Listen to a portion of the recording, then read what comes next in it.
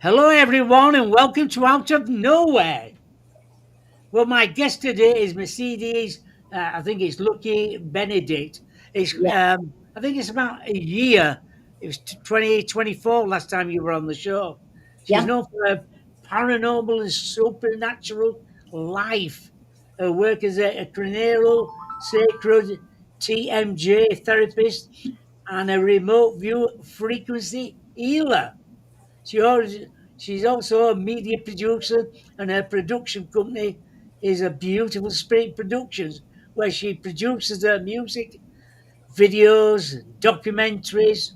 She does all sorts, this lady, and she's a wonderful person. Can we please welcome Mercedes to the show? Hello there. hello. Thank you. It's so great to be back here again. And I was on my phone seeing if I could find us. If I can, I'll try to put it onto the show so I could chat. But I don't know if I can or not. I'll try. It's Yeah, really nice to be here again with you. Thank thank you. you. Thank you. When you talk about paranormal, how did it all start for you then? Yeah, it wasn't anything I was trying to start. When I was younger, I always was interested in looking at things, and I always had, I was very intuitive, but it really wasn't until the car accidents that it all just seemed to catapult into my life because I didn't die. And obviously, that was some sort of a cross between worlds for me. It was a cross between lifelines of what my life was supposed to be, what I was doing at the time, which I think I was definitely off course for a Hmm. while in my life. I think I was on a course, but I was meant to be knocked over to this other course. And that's what happened. And these two accidents occurred back to back, 4 months apart, where both times I almost died. But during each one of those, especially the first one, I felt as if I had an out of body experience. I felt as if I left my body and was looking down at myself in the car with all the chaos happening. And then the second one, I felt as if we were about to die because we were rolling in the car for 13, 14 times. And I God. felt a cocoon come over us. And I mean a cocoon like an energy force, and I felt suspended in time. Like I wasn't being jerked around. It didn't feel like we were being jerked around or rolling or anything. I just felt like I was compressed in a wonderful healing space. And that I think that was God. That was like my angel saving me. And did life all just become all rosy from that? No, there was, I mean, both of those times I lost my cars. Both the cars were demolished. I mean, the first time I couldn't walk. Um, and then it just went on. It just, life was very difficult, but I had gained some abilities with that first one. And then I was like, what is happening? And so then the second one, there was even more abilities. And then the real journey began where I started to really work on what is happening here as spirits would try to move within me or outside of me. And that's when the paranormal world really started. And it did uptick later after I really became I became this real therapist that worked for a real doctor, which really was never my purpose when I went into massage school. I was just going to massage people and try to continue being an actor and a singer, performer. That was my goal, and to be able to take care of my son. I had no idea I was going to become a cranial sacral TMJ therapist working for a renowned doctor named Dr. Stephen Swidler at Medicinal Dental and Wellness for 14 years as head of the department. No, I had no idea that was going to happen to me. But it was amazing because in that place, in that space, he was the one who helped me and knew that the things that I was seeing and feeling in the body, we worked on that together. And he was very intuitive. He's still alive. He's retired now, Good. but he was like my greatest mentor. And so in many ways, I was just always privy to the really wonderful spirits, like healing spirits. There was nothing scary about it. It was always really healing. And until I met my husband Joe, which he apparently, it was my awakening into really the darker supernatural. Not that he was dark, but he did happen to be a part owner of a haunted attraction in Tucson, and I wanted to, start. I was working on him, so we actually just did trade so I could get tickets for my son who loved zombies. And so that's how I met Joe. But when I met him, that's when I started to see things that were attached to him, and it really enhanced my remote viewing abilities to where I was seeing past lives of him. I was seeing that on other people, but it really was pronounced when it came to seeing what was Joe, what was in Joe, what was the pain he was having now, and then how was I seeing it in the body? And it was like I was going back into time, into other lifetimes, I Yeah. believe, of Joe.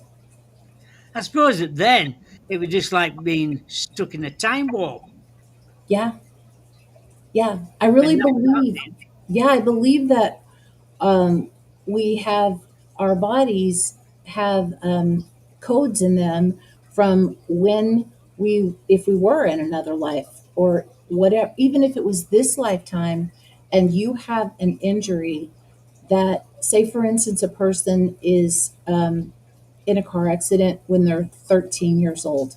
Well, most times you just are in that car accident and you get the work done, you try to get out of your pain, but that pattern stays in the body.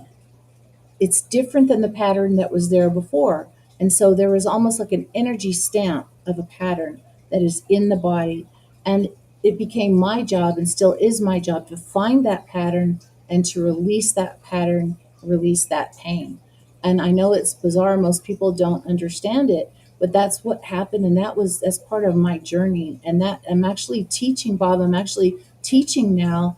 I was able to, during the pandemic, I thought I was given guided that I should go ahead and get a national certification as a teacher for continuing education. And I didn't, I did like a couple of classes, but it really wasn't until last year that I was guided again to put that into effect. And luckily, by that time, the board, the national board, which is not easy to get it, it took a while to get Yeah, certified oh and God, do all yeah. the stuff, right? But they, in that period of time, they opened up the door to energy work. That is because, like Reiki, there's some in Arizona, especially, there's Reiki people everywhere, and they were able to open it up to where, as long as I use a real technique with the body, like myofascial, which is my deal, myofascial release with cranial sacral release and things like that. It's like my specialty. But I all with my clients, I do energy work. I do that same thing. So it fit perfectly. So now I'm actually certified for what my special techniques are. Since the last time I talked to you, um, I've created 7 different classes. So I'm really, really thankful. I'm actually enjoying doing that at a school part time. I'll just do little classes. So here in Arizona, I've been teaching at a place called ASIS Massage School, and doing the continuing education on top of my other work too. But it's been very Yeah. rewarding. It's been very fun. But I'm glad because a lot of doctors' surgery in the UK at one time, if you spoke anything about, um, um, I'm an energy healer, I'd like to come and work at your surgery if possible, they look down at you thinking, "You what? What's all this about?" But I'm glad people are getting noticed now because I think alternative therapy now is a big thing. Yeah, it is. And I when I was working for Dr. Swidler, like cranial sacral therapy, most people didn't even know what that was, and it took a while, but still people don't know what it is. But there's a lot more that do know, and this is a cranial sacral therapy There is the one I was taught was from an osteopathy standpoint. So it's not the average cranial sacral, which is very much just like sitting there holding the head or just you're very light. My work is very in depth. It's about going to whatever part of that body is, holding that space and releasing that space, plus taught and learning all the techniques that God or Spirit has also brought into me. It's really an amazing thing. So what's weird, and I'm finding, and I knew this already, but most people have not experienced what it is that I'm doing. And I keep finding that, especially in the classes. There's people that have been doing this for 30 years and they've said they've never heard of these things. So I really feel like this is like a special thing that I'm apparently supposed to be teaching now, which I wasn't going to because I didn't want to give away my things. I I mean, know. you know what I mean? Like this is my work, and It's at the like time I it's was like like, really, yeah, I was really like into my work, but now it's kind of like I'm like, okay, the pandemic was pretty big in showing us that. Well, I mean, literally, I was there all those years, and within one swoop, it was done. They closed the office. And I mean, my whole path that I had rechosen was vanished because I was literally supposed to go on and be part of this, the next phase, Regenesis Tucson, and head that other department. So that was my goal. When that pandemic hit, I'm like, what in the world? And so it's been like I have had to redo my life. And that's when I went back into, I was told to go back into media and the documentary. So I just went back to my old life and renewed that life and mixed it together with this life. good, good. Yeah. Because I think it was just opening another chapter in your life. Yes. It's kind of like what you did too. You had that happen, right? In Hmm. your life. I did, yeah.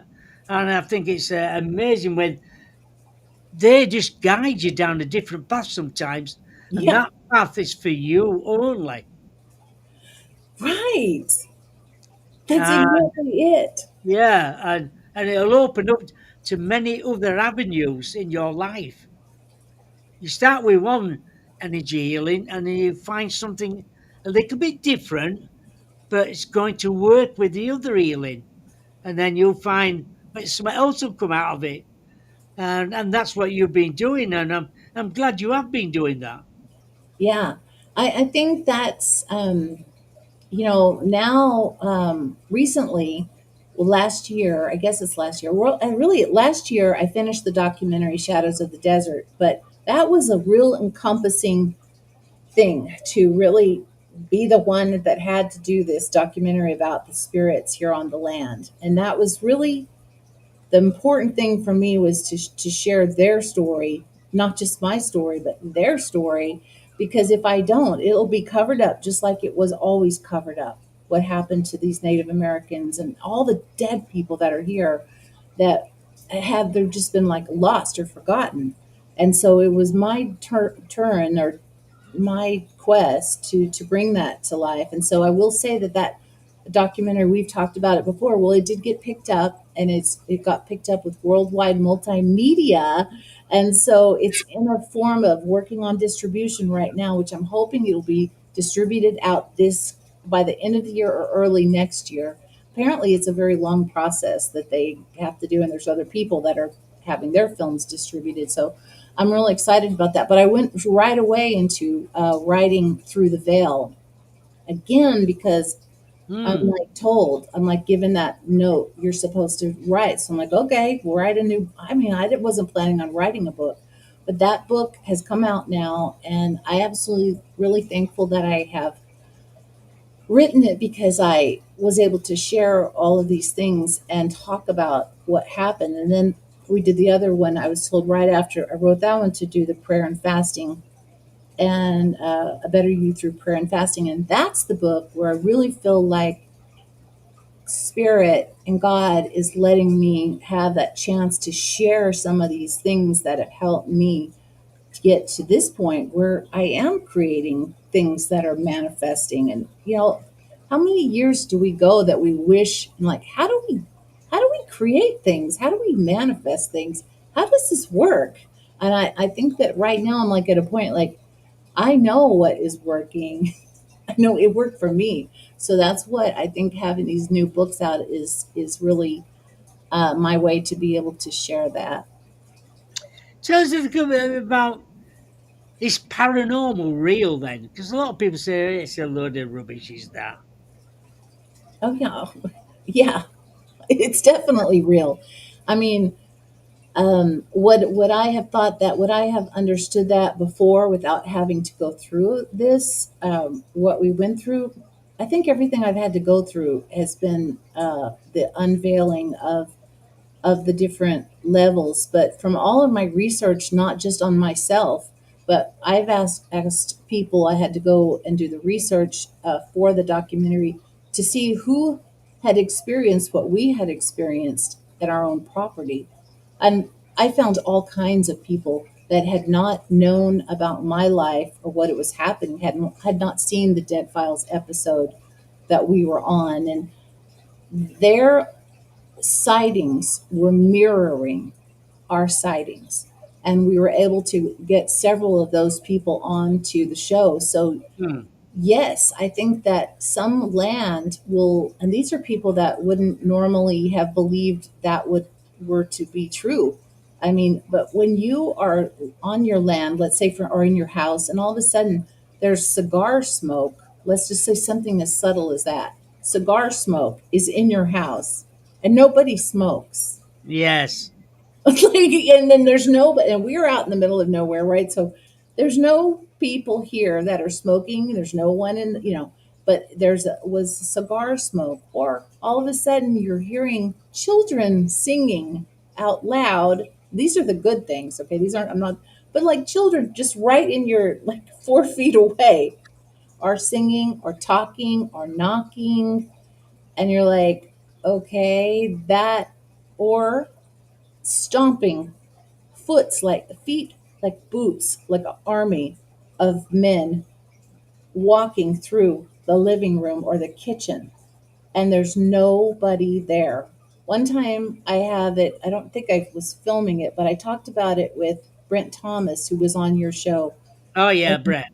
and so Joe and I was on one side, I was chopping up vegetables. And he was on the other side of the kitchen, like doing something like with his coffee or something. And we both hear these footsteps loud go right between us. And we both like turned around and were like, "Did you hear that?" And I was like looking to see, well, maybe I'm mistaken. Maybe it was my son over there. And nobody was there.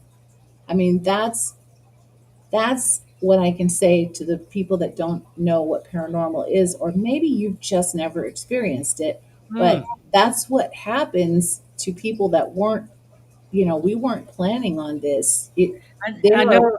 I know yeah, for a fact, but in some cases you can smell. I know Rebecca's just in chat room said, we could smell burnt toast last night. I had overwhelming smell of burnt toast in my home last night. And it does happen because sometimes you can, well, what's that smell? yeah, It can be a perfume, and it could be from a relative who's yep. passed before, or anything like that. People just dismiss it as something entirely different. It's amazing. And then there's the smells of. I was trying to find the show. Then there's the smells that people have said, like roses. A lot of times they'll say it's the Blessed Mother that comes in with roses and the Yeah. smells of things like that. So I mean, these are just the little things, but also um, when you actually see an actual person that is standing there or sitting in a chair or in the doorway, and they look just like you and me, but they're not really there. That, I mean, those things are. Um, oh, my dog is having a bad dream. It's all right. He's a white puppy. I was telling him there's 6 dogs in here sleeping because it's so hot outside. You could probably hear something. But yeah, so those things are very They're very interesting. They were very frightening. I mean, I've had some really horrible, frightening things here on the property with the Shadow Man. And Yeah, I was going to say the yeah, shadow people I have in this room where I am now yeah, came out of a wall, and I'm 30 foot up. Came from that wall, the outside wall, in front of the TV and back into this wall here. right. And you think, what the hell is that? Where did that come from? Yeah. And that's like right in your own room. And so you've had that several times, haven't you? Yeah, oh, yeah, yeah. It just makes you wonder. It's a good job I don't get frightened. I just there's an answer to it somewhere. And I think why they're coming in here. As long as they don't harm me, I'll be fine with it. Right. And that's the truth of it. That's where we've come to be on this property where, before it was a battle. It was a horrible battle, and I'm so thankful that we made it through that battle, um, because it was a long journey of not thinking out. I mean, I really felt my life was being attacked, and so it's amazing now to know that with the protocols that we have in place, everyone that has remained on the land on here in this on our property, we do have and continue to have certain protocols so we don't have that come back. We all experience so much that we don't want that coming back. And even when people can come into the property that work here or different things that come to visit, they could in a sense carry things with them. It happened before, but whatever we've got now, I believe, is a strong force shield, and it's a daily upkeep on that. If there's any sign of anything wrong, we immediately go into action. I know it sounds like, but that's what we do. We do this to keep it safe, so we don't have to be under attack ever again. And Do I'm going to say, does your dogs ever pick anything up? oh, yeah, our animals, and I see there is a question from Steph, Yeah. so we'll get that. When you witnessed the shadow beings, did you have the feeling of being scared? Oh, yes. And so the dogs, in the documentary, I shared this part that I lost my little boo, and she was a little poodle. Oh, And this was after the dead files. So after the dead files came, we were under worse attack, and that they were telling us that we should move and things like that. Well, I had an operation set. And it was the pandemic. It was all these things began right then. So we couldn't move, and I had to go in my operation. But it was after my operation, we decided we'd go. We had a job in Sedona. So it was as if the second we got home I took my little dog. We got home. That's when I saw that shadow man at our front door that night. And I had left this salt that Amy Allen had given me, which I had been using, and it seemed to really help with the night. They wouldn't mess with me at night with this salt. It was some kind of voodoo salt or something. And right. but I had left it in Sedona, and so when I got home, I came home to all of the fish and my angel fish in the tank. It was black water, and it never happened before. And we'd even been God. having um, the neighbors. There was nothing wrong with the tank that morning. So between morning and night, the angelfish were basically in a black tank. How did that happen? Dead. And then the shadow man's at the door when I see him, and I freak out, and I'm like running around screaming. And this is like the terror that happened. Mm. There he was. He was almost like, he's like, I know you're back. You're back. Look at your fish tank. Blah blah blah. It was frightening. And the lady even brought me the salt. She came all the way from Sedona to Tucson to bring me that salt because of what was happening and how frightened I was. And the next day, my dog, Lulu, gets sick. like Oh, immediately horribly sick too. So all of this is happening. So Lulu was dead within 2 days. And she was like my little life. She was my little light. She followed me everywhere. So they literally attacked our animals. We had horses um, that really suffered. They passed on about a year ago, but we had the shamans and medicine men come out, and then we could see like a black kind of creature that would jump onto the horses. And he could see it.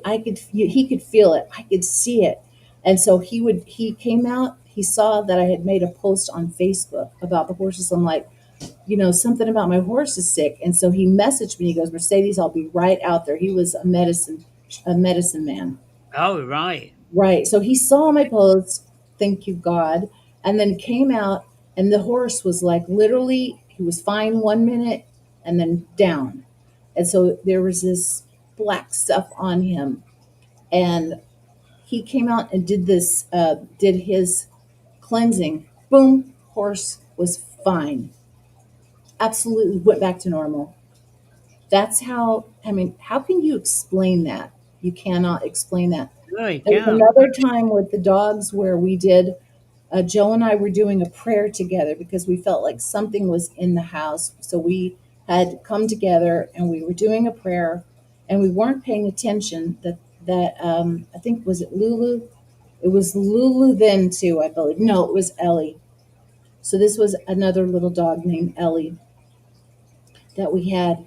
And, if you're not aware of what you're doing or cleansing or saying, and you're in a house full of people, or you're like right now, I've got all my dogs around and we're talking about this stuff. So I've had to put a seal of protection around because I knew we'd be talking about paranormal. So I already did my prayers. I did everything proactive before we started our podcast. Yeah. And so, but yeah, so Joe and I started doing these prayers.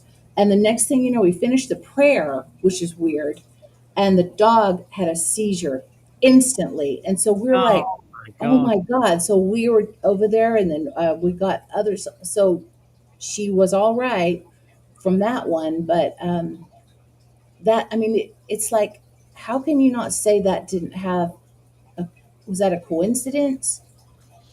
That it just happened immediately after we finished? I mean, and I don't think we were we weren't knowing how to do the correct prayers either.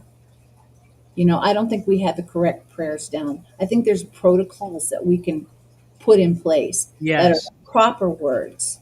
And we didn't know those at that time. So let's say I only ask as when I awoke, I witnessed a small black figure at the bottom of my bed. I was overwhelmed with fear, but strangely, I flung the bed covers over my head, then went straight back to sleep.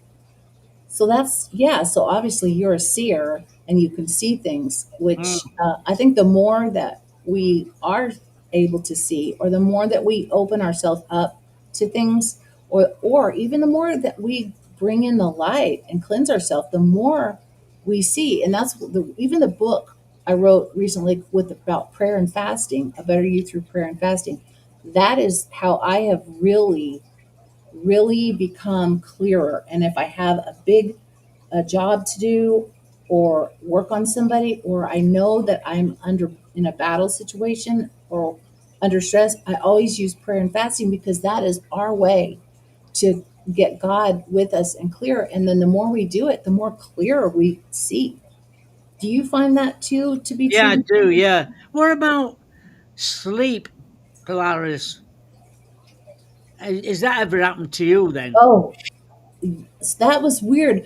Like that, I was recently on Coast to Coast with George Norrie, like on Monday. Oh, So yeah. I had this fantastic, amazing experience. And one of the things I had put down to talk about was this paralysis that would happen. And that was originally at the beginning, I think, when after the car accidents happened, I would feel as if this was a good type of paralysis. Almost felt like I couldn't move, like I would be like they were working on me. So who was working on me? Well, I mean, at that time I was open to what is happening. I wasn't like, who's working on me? I wasn't like, testing out who's, because I didn't know you could do that. Mm. So, but I believe that it was them. It was the good. It was good angels or good spirits trying to work on me and get my frequencies attuned. And that's what was happening. But it was almost like a paralysis because literally I couldn't move for hours. I could not. And I would, if I had to go to the bathroom, I'd get up, go to the bathroom, come back, and I'd be right there, like in a comatose state. But it wasn't scary. So when it became scary was one time in the first time it happened was in the cabin that we have on our property still, and that became a very hot area. I mean, a very, that was like the area where there was definitely the trapped spirits were in that Mm. cabin. We had numerous investigations along with exorcisms, but after the Dead Files investigation, when the pandemic started to clear up slightly where we could see each other and communicate with people and people could come over, we had the Tucson Ghost Society with Becky McKitty-Guidison came out, and her huge team investigated our property many times until where all of a sudden she said, Mercedes, you have so much evidence. Every time we come, can we use this as our training ground? Which that's what happened up until last year. I decided that we better just stop that for a while because I have a person living here that's my family that was diagnosed with autism spectrum, All and right. I just don't want to take a chance No. on those type of things. So once we found that out, we decided um, to stop that, which I think is a good thing. You know, if we need to do that again, fine, but we haven't had any problems. We really don't need an investigation. And what they found proves so much. Like every month when they'd show up with their team members, there's plenty that they would find. It's fascinating. And it was like once the negative had been removed, then there was never any diabolical type energies or words spoken or things that had occurred. What about the haunted dolls? What you've The had in what? your life? Haunted dolls. Haunt? Yeah, I have never experienced haunted dolls, and I have a doll. I have two dolls. One I was looking at this. I think it was this morning. It's so funny you mentioned that. She's up on my counter. She's my mom's doll, an old doll with a china Yeah. face. And so when my mom passed away, I that became my doll, and a doll from when I was a child is there. And but I just feel like they're good. I have not we have not had any issues with any type of dolls. Good thing you're bringing that up though. But we have experienced haunted articles because Joe, my husband, works he'll with art, and a lot of people will give him something really crazy like from Peru or whatever, and then they'll can you Oh, refurbish this, Joe? Can you fix this up? And originally, when it started happening, I'm like, I'd walk by and I'm like, what in the heck is in there? Not knowing he'd brought something. And right. there would be some strange statue in there or sculpture, or it could be anything. I mean, literally. So I do believe that objects can carry energy. Oh God, I yeah. talk about that in the book too, because there was one client that I kept seeing a Native American spirit, and it was part of a Kachina doll, which she had just received in her house. It was there, so I didn't know that, but I kept seeing this crazy spirit in there causing mischief in her house. So she was able to remove that and remove that spirit from her house properly. But the as far as the haunted doll subject, which is happening right now, I mean, I think it's really sad what's happening in the paranormal world about Annabelle. But I do think it's unusual that people would spend all of their time for years and years saying how, we have all these paranormal shows and it's all about,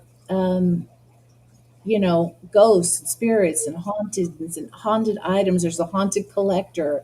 And for us to not even be able to, people don't want us to even share the fact that, well, we're talking about Annabelle. which even the Warrens have said and locked her up. I mean, we know that this is not a good doll.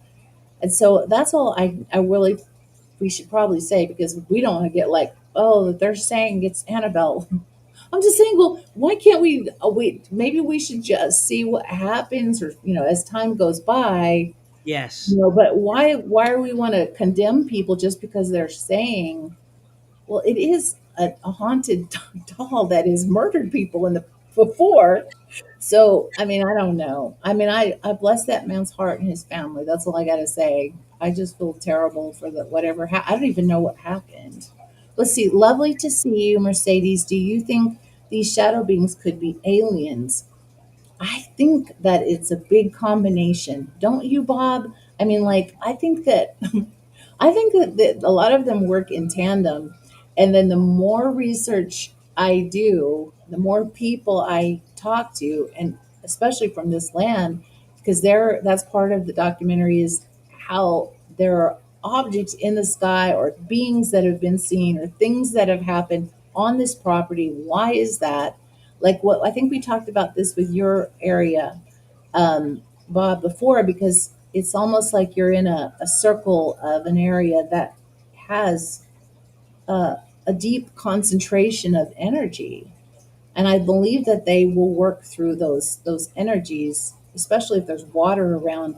We are, even though we're in the desert, we are very much, right underneath us is a ton of water, because that's what the Native Americans here, the Hohokam tribes, they would channel. They were masterful. They would make these channels all over, and water would run, and they would run their crops. They would have crops. This land was actually, they found out that this was one of the first lands that actually had crops, like where they really had that resource because of the water that's underneath us. And I think that that's why we are prone to things in the sky from above. Yeah. And aliens, I mean, are they, we could say aliens, or we could say, you know, beings from the sky, star people. I mean, there's a whole bunch of different That's names. it. Yeah, there is. Yeah. Another. This is from Steph. This one.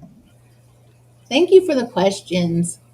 I have a Jacko Monkeys toy from the 60s, and two of my grandchildren are absolutely terrified. Terrified of it. Is that the one that goes like that? I think so. Yeah. Oh, those are scary in a way, huh? Yeah. When we talk about a paranormal, what about the electronic voice phenomena? Oh, yeah. So, I mean, I never knew anything about that, just from watching on the TV, right? And I've had that on my computer. yeah, so now, I mean, we've got it available pretty much everywhere. But what I have seen from the Tucson Ghost Society, and that's the only people I trust. I trust them with our family and with our property and their integrity. And so I'm shocked at what they have got on the EVPs. Literally, they call it a, what is it called? It's a, these spirits are very much aware of everything that's going on. They are very much aware we are here. It's not like they're in some other time and don't understand who we are. They know who we are.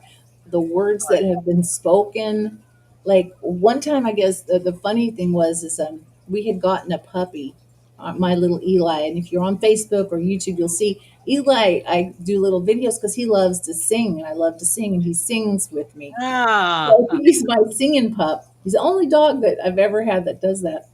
So she didn't know it was still like on the pandemic time when they first were coming out, and they were in the house in the cabin, and they heard the dogs would start to bark, because we're trying to keep everybody quiet, but we have a lot of dogs, and they were barking, and one in particular barks. Eli, he's the barker, the main barker. And so she was saying, while they're in their testing or whatever they're in there doing their investigation, well, I wish those dogs, I wonder what those dogs are barking at, or something about the dogs barking. And so she went home later, and was as they were listening to the evidence during this, when she said that, all of a sudden you hear the name Eli, loud and Ooh. clear. Eli. And she said it was about a week later she saw me post about Eli. And she goes, Mercedes, she called me back and she goes, I didn't know you had a dog named Eli. You got to listen to what we found, because it takes, sometimes it took weeks to hear what was the evidence. So they come here and they have to analyze all this evidence. And so when she finally was able to come out, we were listening, and there was one, there it was loud and clear. The spirit was telling her it was Eli. There was another one outside that I thought was funny, because they were talking amongst themselves by our big mesquite tree.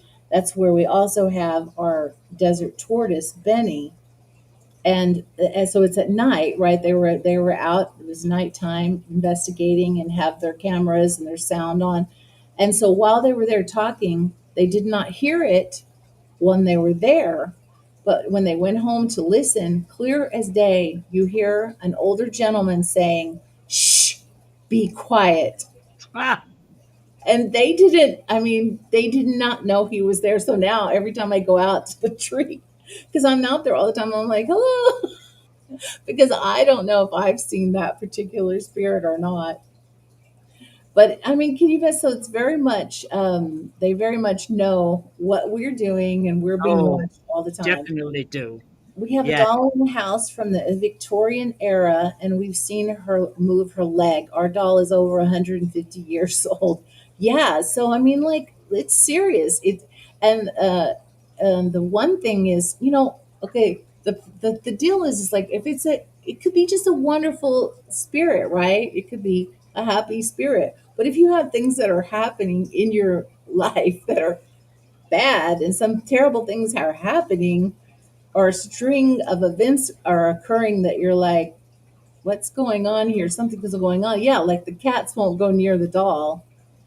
I mean, that could be a sign that there's something yucky over there, because usually if it's a happy, nice, regular spirit, they're not going to react.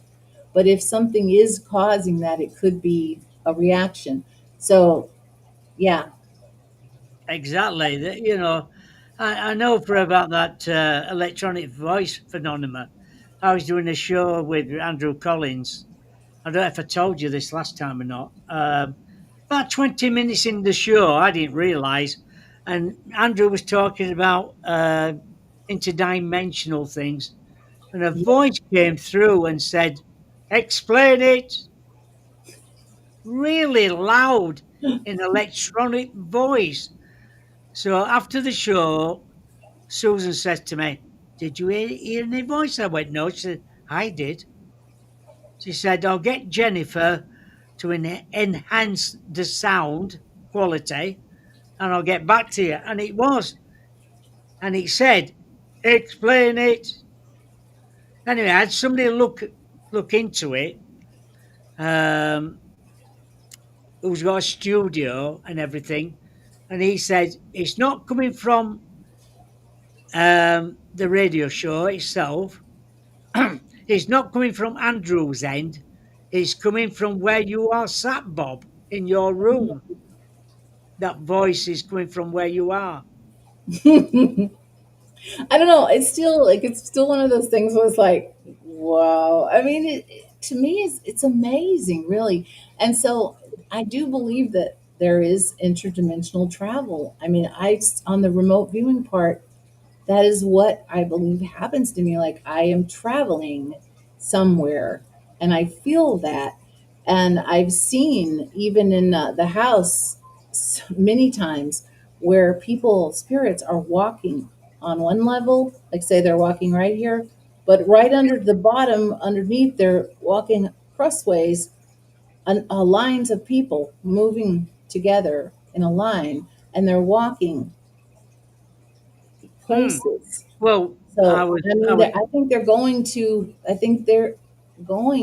somewhere. They're definitely going somewhere. Like, maybe they've died. One of the weird ones was during the pandemic, when I started seeing them wearing masks. oh, They were wearing masks while they're walking. So I've really looked in to see if other people have really seen that. There have been some people that have seen that, um, different things like that. So yeah. So, but what you heard, it's neat that they were able to dissect it and realize it was coming from your area. Hmm. To that, the digital and technical technology we have now is just amazing.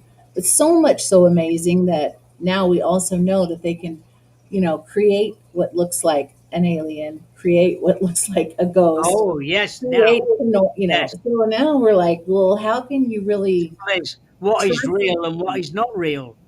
Yeah, that's weird. But a lot of people, I don't know, you if you might have heard this too, but they say, some of the investigators say that if they even go back to old school stuff, like with the just a recorder, the old fashioned recorder, tape Yeah. recorder, and they hear just as much with that as they do with the digital.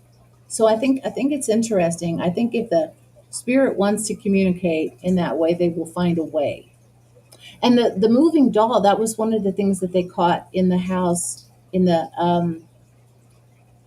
we had one major investigation in the big house, and so we went out to like a shed and sat out there until they were done. They were able to set up everything in this house, but mainly they would set up in that cabin. And one of the things that they would do is they'd bring toys, because we have so many children's spirits that have been caught, heard, seen. I've seen, people have seen in real life, but it's not really there. He's not there, but the children are not physically really there. They're spirits. And so they brought a doll, and the child did interact moving the doll. So I remember that was one of the things. I think I mentioned that in the documentary. I think she mentions it in the doc. I put them in there. I add all the people that helped me do this. I added them in the documentary because I would film them all. I film everything. Thank God Yeah. I did too. I mean, I'm like always. My mother always says, "Put that camera down, Mercedes," when she was alive. But I'm so glad I did do that, and I was always filming her because within a short time she was not here anymore. So I have Ah, memories of my mom because I'm always gosh, you have. filming. Yeah. Tell us about we're about remote view frequency healing. How does that work? Yeah, so that began when I was working for Dr. Swidler, and after my accidents, I would just be sitting there working on a patient like I normally would, and then all of a sudden I would start to feel as if I was going down a tunnel, like I was in a tunnel, and I could go down into that tunnel if I really was in that space. I'd have to learn to be in that space. It took a while, but then I would travel, and so that's how I just started. It started off like that, and then all of a sudden they were coming to me, the different energies or different spirits, and we would start to work together with that person. It's like all of a sudden they would come out of their place, their world, into my room, and they would bring in, say, they would pour something over this person, and that person could feel it even though I'm not telling them what's happening. Hmm. So all of these things started to happen. Or it became of, like all of a sudden, instead of me just looking at who was the medicine person helping, all of a sudden they'd look right at me. And I'm like, they know I'm here. I mean, it was so bizarre. So, I mean, luckily at that time, like I said, it was only really nice spirits. Like I was feeling like I was being healers of spirit. And so we would start working like that and together. And so now, even like just as easy as yesterday, it happened again in a session um, with a person. And I can see the remote viewing part becomes like I can see in their body, like where, like if I have to go into the body, I can go into the body and I Hmm. can be in their shoulder and I can work on the shoulder from there, like microscopic. But once you get used to doing this, then you're like, it's it's just like a matter of placing yourself into a different place. We do this all the time, don't we? Like if we think about our memories, we're literally putting ourselves back to our memory. And that's one of the things I learned how to do with people is I I started to realize that we can go to the place, like say where my mom lived, and if I want to, I can go to where my mom lived, and I Hmm. can sit on that couch with my mom, and I healed that sorrow with my mom of missing her because I can go put a piece of me in there with my mom in her happy place, in my happy place with my mom. And I started working with people that way, bringing out some of the childhood trauma. So this some of the work I do is it just depends on what happens to these people, what's going on. If a child all of a sudden shows up in a session like right there with me while I'm working on something, they're basically that person coming from their child, their self, which is we are all pieces, we're all particles and pieces of our life. And so parts we can go back and help those parts through that trauma. And that's part of my work as the remote viewer and going back into helping. But also to if I need to go to say one of the clients was in Millnocket, Maine. I like when I went there, I saw it was like all of a sudden I'm just like in the past and I saw things that were happening that I'd never seen or never heard of this town, didn't even know the name of the town. Yeah. But I saw things that were happening and I explained all those to her. And I draw spirits. So I drew things I saw and I shared that with her. The next day or the next night day, she starts sending me documented evidence of the town and the history of the town and the plague that was there, which I saw a firebird that was like their symbol for the mountain right there. I'm like the town, the people, the hospital. I mean, the cobblestone streets where they hung people back in the day. I saw all of that. So how does that work? I don't know. Don't know. But it was like verified, like, wow, so it's like I believe that they want us to go back and help whatever happened in these and bring it out or whatever's happening to her. Like she was being haunted by things and issues, and we had to go investigate it. So it's part of it is an investigation, which I call a law enforcement, universal law enforcement investigation. And Yeah. that's another thing that I believe that we are all able to do too. We have When laws when here. you look when you look at all this, do you think some people are chosen, like me or you, to help other people in life? Yes, I do, because there's a lot of people that's not their thing, and they wouldn't even want to do this. I mean, they wouldn't want to do this work, and I didn't really know that I never saw this coming, but when it did come and it did happen and things started happening in my own life, I do feel like as if I am chosen to do this. It is a mission for me, and so part of my work is also trying to find if somebody else feels that way, how do we help them with their mission? How do we, remove the things that are holding them back? How many of us don't understand we get into this world and we don't even know what we want to do with our lives? We don't have a clue. So many people can spend all their lives not knowing really what they want to do, or feeling as if they can do it when there might be some little secret codes to just say, hey, what if we open this up? What if we clear this? Yes. What if we just, yeah, let's open that. But we have to open the doors carefully and cautiously too. But sometimes it's just a matter of a prayer to release that which isn't serving them, to release that which isn't serving them in this lifetime so they can go and do the things that they need to do in this lifetime that they're supposed to do, that God wants us to do, that God gives all of us a mission to do. And it doesn't have to be a superhero mission. It doesn't have to be like some gigantic mission to save the world or No. whatever. It Oh could no. literally just be, hey, helping, like you're helping the animals. I help animals. It could be helping animals. It could be helping. people at a hospital. I mean, what more wonderful thing is that to help people that are sick? It could be reading stories to children. I mean, it could be whatever. There's multiple Yeah, ways. it's like going out, walking down the street, and then think, oh, I'll just sit down a minute on this bench. Somebody sat there, and in 2 minutes you're talking to them, and you might be the only person that day somebody spoke to them, Yes. and you know a little about their life and what they've been up to, and then you look and think, oh, that poor lady or poor man, what a life they've had. If I can help them in any way, Yeah. that would be great.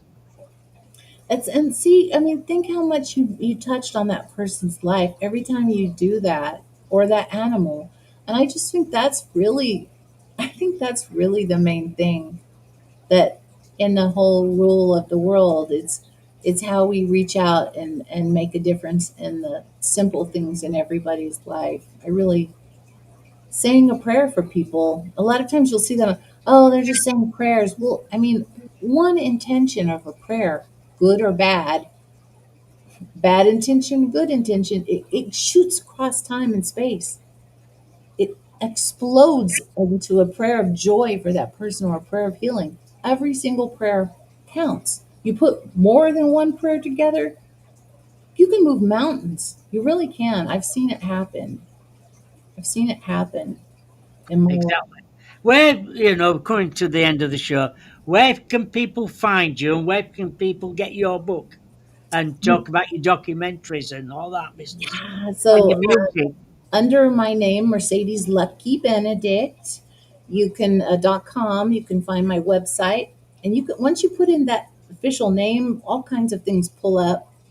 There's articles about the work I've done with bodies. There's Facebook. I'm always on Facebook. I'm on Instagram, but I'm not really on Instagram. I'm on Facebook. There's not enough time in the world to do all of this. I'm on the Unseen Realm, and I'm on YouTube. So every Saturday at 3 p.m., I'm on the Unseen Realm. I'm a co-producer, but we're also on the show.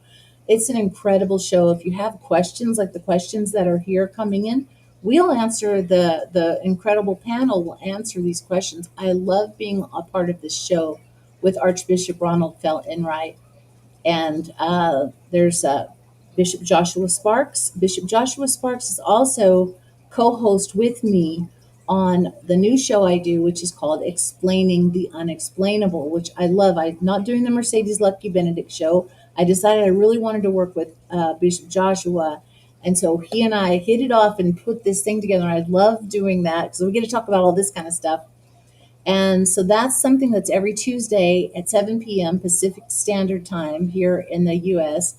And you can find me on YouTube. I'm also part of a 501c3 that I founded, which my husband is the artist. It's going to have the music too, and the art. I have a new coloring book out for that was inspired by his exhibit, which is called Beautiful Spirit Interactive Art in Motion, which has been for months now at a really incredible place called the Tucson Botanical Gardens. And he's created interactive art that's one of Oh, a kind.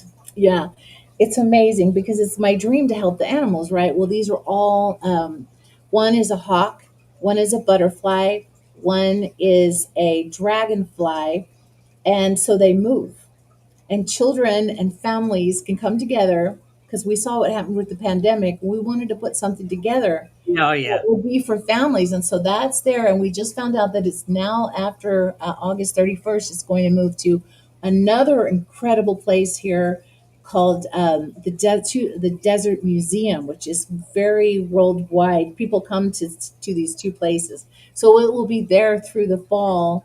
And he's creating another big one that's a giant lizard that will be able to move too. It's really amazing, all this stuff happening. So you can find that coloring book, which is in aligned with his sculptures that I created, on Amazon and Barnes and Nobles. And it's also the books you can find through the Veil and A Better You Through Prayer and Fasting on Barnes and Nobles and Amazon. So both of them. And once if you put my name in it, it'll all pull up. along with my music too. Which I was like, oh my God, it's all right there. Like all the music is there, that the recent music that I've been doing, because there is music that I've created the last few years that I'm very proud of because I really feel like I produced it and it's spirit driven. Um, Oh, and some wonderful. of them are even about the spirits that I've seen. Like Shadows of the Desert is actually a song that's part of the documentary. And it talks about the spirits on the land. And it's available right now to listen to. And I really love that song. And there's a music video. So you can see the music videos and all that stuff on my website, some of them, and on YouTube. There's a lot. There's a lot going on. Oh, and don't forget, so in Coast to Coast, if you're a part of Coast to Coast now, that article that I mean that's so cool. Like it's there, like I'm right there, coast to coast. Like you can listen to it. I can't believe Oh, they invited me back too, Bob. I with was like, George. oh my Yeah, George God. Urey. Oh, you'll enjoy that. I had so much fun. He's very nice. I really liked George. So that's there all the time now. So there's all kinds of really good things happening. So, before we go, what you got planned for the future then? um, I really want to focus a lot on these classes. I really want to get this documentary out because I've already started the second documentary because I just didn't know what would happen. So I still have everything ready called, and it'll be called Ghosts in the Dark, it's the song that I have, Ghosts in the Dark, and it's going to talk more about what the paranormal was, not just the whole broad spectrum of the land and the research. That's what Shadows of the Desert's a lot about. Right. But this one is going to focus on what happened with the investigations and the paranormal team. And what's really cool is a guy named Derek. God, come on, I can't remember. It was Derek. I can't remember his last. Derek Young. Uh, Derek Young is a film guy, film producer, or he does films, and he helped me at the very end with Shadows of the Desert because I you had once you got the film and they okayed it, it had to be redone in a way for distribution, a whole oh, different. yes, yeah, Oh yeah. my God, I didn't know that, so he helped me do that, and I asked him, will you please be a part of this next one? And he's a horror film director, or he does the horror films. He's a really neat guy, but he's really talented and kind of has a um, what's that famous what's that famous old horror film guy that was with the Psycho, the Psycho. Oh, You know who that is? The guy that directs Alfred Hitchcock. Alfred Hitchcock.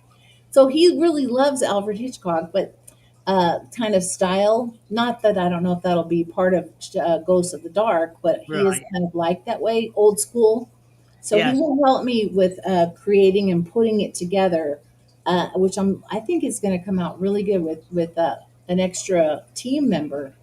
Yeah, so I'm going to starting to work on that now. Most likely, I will write another book about fasting or either something to do with the work I do. Other than that, I'm just trying to just uh, just have us a chill, just do my normal Ah, work. I mean, I got like you. I mean, I got a lot of shows to do every week. It's so busy. It's a yes, busy it's life. always busy. Yeah, I see where Mhm. you're coming from there. Yeah, but it's always fascinating having you back on the show. We've always got plenty to talk about, and it's so nice. But everybody in the chat room always has questions to ask as well. Without them, it helps the show go along. Yeah, and I appreciate it. You have such a great audience. There's a gentleman I'm going to be on his show tonight. His name is Lee Strauss, and the Oh show yeah, is called. He's really neat and really great about the aliens, and he's an investigator. He goes right out. So we're going to be talking on his show tonight. And I told him about you, and so I said I'm going to tell you about him because I think he would be a great guest for you to yes, talk to. And he's super neat. I'm going to just say what the show is really quick so people will know. So it is called blah, blah, blah, blah, blah, blah, blah, blah. I don't know. Oh, Spaced Out Radio. is Oh one of yeah. the things is called, I'll get on. and I'll get in Element touch with him. 115 is the name of his show, but it's on Spaced Out Radio, and I think he would make an incredible guest for you. Yes, thank you for that. I will get in touch with him. Lee Strauss. Least Yes, yes, he's a neat guy. yeah. He looks it as well. Oh, you I say have. yeah. You probably seen it. I think Lala. He's on. He's got everybody. I think we're all on his. He's really neat. I like him. Yeah. I like you too. You're neat. Well, thank you again. Anyway, it's been lovely. It's always nice when you come back on the show, and I'm so Thank you. happy for you getting on with life and new things happening around you.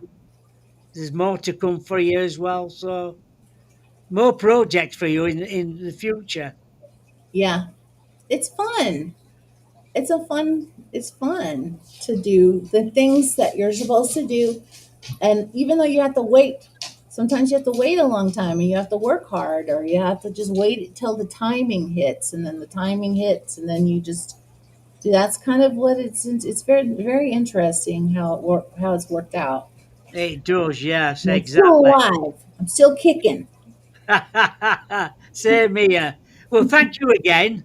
Thank Uh, you. I won't leave it too long this next time. I think it was just over a year since you were last on the show.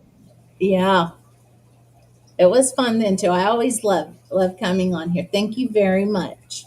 Thank you. And thank you to everybody in the chat room as well tonight.